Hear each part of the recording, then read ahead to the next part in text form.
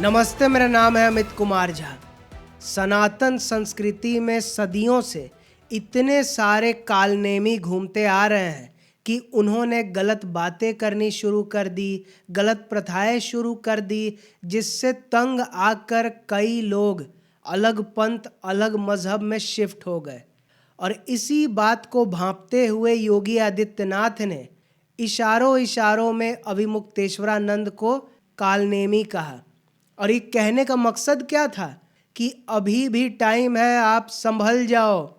जो शंकराचार्य पदवी सटी हुई है, भले ही फर्जी तरीका से हो, लेकिन सटी हुई है तो उसका मान रखें और चुप रहें। पार्टी का प्रवक्ता ना बने विपक्ष का, लेकिन फिर भी अभिमुक्तेश्वरानंद है कि सुधरने का नाम ही नहीं ले रहे हैं। कि ना चाहते हुए भी योगी आदित्यनाथ को सदन में उस टोन में बोलना पड़ा जो वो चाह नहीं रहे थे, और ऐसी ऐसी बातें कहीं, ऐसा खुलासा कर दिया जिससे अभिमुक्तेश्वरानंद से लेकर उनके नए नए चेले अखिलेश यादव दोनों बिलबिला उठे। तो उन्होंने शुरुआत तो एकदम मेन डिक्लेरेशन से कर दी। वो क्या? वो यही कि हर कोई शंकराचार्य नहीं होता। मतलब जिस तरह से कोई भी उठ के मुख्यमंत्री है हम बोल नहीं सकता है, जिस तरह से कोई समाजवादी पार्टी का अध्यक्ष अपने आप को मुंह उठा के नहीं बोल सकता, उसी तरीके से कोई शंकराचार्य मुंह उठा के नहीं बन सकता, अपना नेम प्लेट नहीं लगवा सकता। क्योंकि जिस तरह थीसिस करने पर पीएचडी का डिग्री मिलता है, उसी तरह जो आदि शंकराचार्य थे, उन्होंने पूरा देश घूमे, सनातनियों को जोड़ा, 4 पीठों की स्थापना की। तो जिस पीठ का जो रिवाज है, जो परंपरा है, जो उसका औपचारिकताएं हैं, उसको जो सही से पूरा करेगा, उसमें जो पास होगा, वो बनेगा शंकराचार्य। ये खानदानी पार्टी वाला नहीं है कि इस गुरु का वो चेला था डायरेक्ट ट्रांसफर। इसमें ऐसा नहीं होता है। काबिलियत प्रूव करना पड़ता है तब बनते हैं। लेकिन अभिमुक्तेश्वरानंद के केस में काबिलियत साबित की नहीं, सीधे कहलवा दिया कि गुरु ने कहा ना इसलिए हम हो गए।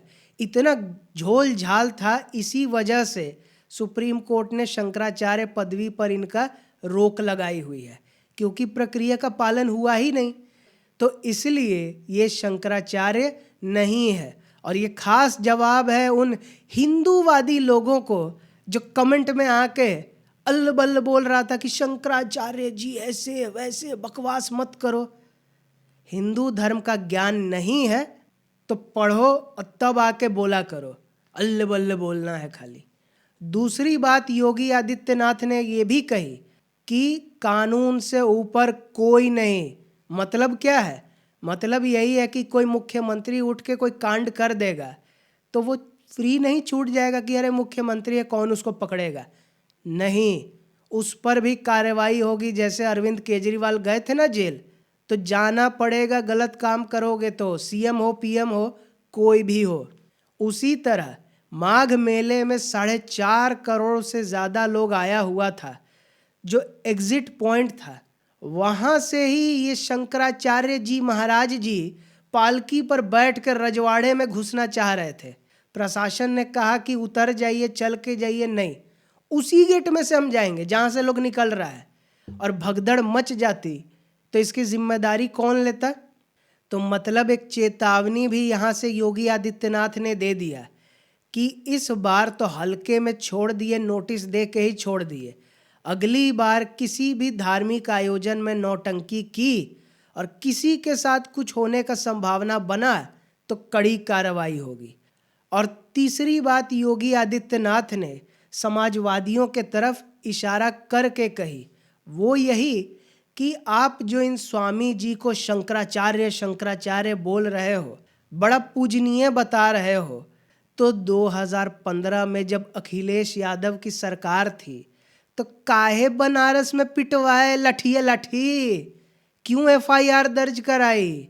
और ये आप लोगों के लिए भले ही सम्मानित हो, भले ही पूजनीय हो, लेकिन हम लोग मर्यादित लोग हैं। हम लोग कानून के हिसाब से चलते हैं, मर्यादा वाले लोगों को पूजते हैं। मतलब साफ संदेश है, गुंडों की पार्टी है, हम लोग मर्यादित लोग हैं, हम लोग सच्चे सनातनी हैं। ये भी मैसेज दे दिया साफ। अब योगी आदित्यनाथ के हमले से अभी उबरे नहीं कि अविमुक्तेश्वरानंद पर लग गया एक और संगीन आरोप। और वो क्या है? वो रामभद्राचार्य जी के शिष्य ने लगाया कि कैसे इनके आश्रम में बच्चों के साथ यौन शोषण होता है। और प्रयागराज के पॉक्सो कोर्ट में याचिका भी डाल दी गई है। इसी बात को लेकर 2 नाबालिगों को भी पेश किया गया सबूत के रूप में कि सही में इनके आश्रम में यही सब कुकर्म चलते रहते हैं। अब जब स्वामी जी से मीडिया वालों ने पूछना चाहा कि अरे आप पर तो योगी आदित्यनाथ ने ये कह दिया, आप पर तो ये आरोप लग रहा है, तब वो थोड़े सकफकाए। जो एक अहंकार रहता है ना, हम स्वामी हैं, हम शंकराचार्य हैं, हमसे कौन सबूत मांगेगा, हम सर्टिफिकेट देंगे। तो ये जो नौटंकी थी वो थोड़ा ढीला पड़ा और मिमियाते हुए एक तरह से कहा, पॉक्सो वाला ये जो आरोप लग रहा है ये एकदम फर्जी है, पुराना है, मनगढ़ंत है, सरकार हमें फंसाना चाह रही है। तो पहले अकड़ के चल रहे थे कि योगी आदित्यनाथ को मैंने टाइमलाइन दिया हुआ है, 40 दिन के अंदर उन्होंने गाय को राजमाता घोषित नहीं किया, गौकशी नहीं रोकी, तो उनको नकली योगी घोषित कर देंगे। पोल खुलने लगी तो विक्टिम कार्ड खेल रहे हैं कि हम तो बड़ा मासूम है।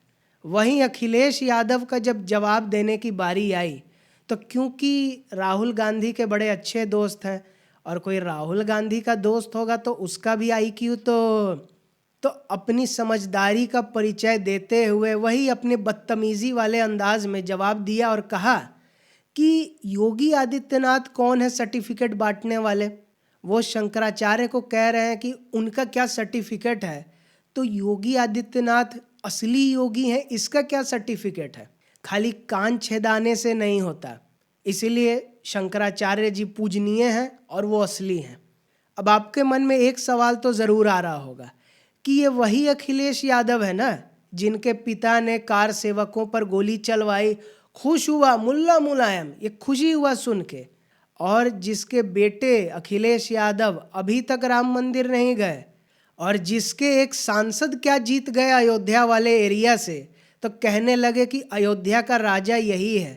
तो इनका कोई सनातन प्रेम नहीं जागा। मेन यही है कि एक योगी विरोधी भगवाधारी मिल गया, हम भी बदतमीज़ है, वो भी बदतमीज़ है, और इसका हम साथ देंगे तो कुछ बेवकूफ़ जो हिंदू होते ही हैं वो भटकेंगे। कुछ जात के नाम पे तो भटका ही हुआ है, कुछ शंकराचार्य भगवान जी का अपमान हो गया इसी नाम पर मेरे साथ आ जाएंगे क्योंकि हम उनके साथ हैं। इसीलिए अविमुक्तेश्वरानंद के नए नए चेले बतौर बने हुए हैं। लेकिन अविमुक्तेश्वरानंद और अखिलेश यादव कुछ भी नौटंकी कर ले, 27 में तो मुंह की ही खानी है। तो योगी आदित्यनाथ ने तो अच्छे से हड़काया अविमुक्तेश्वरानंद और अखिलेश यादव को, लेकिन बांग्लादेश चुनाव में तारिक रहमान की जीत कैसे मोदी ने पहले ही तय कर दी थी अपने खेल से, ये जानने के लिए इस वीडियो को देखें, और इस वीडियो को देखने के लिए बहुत धन्यवाद।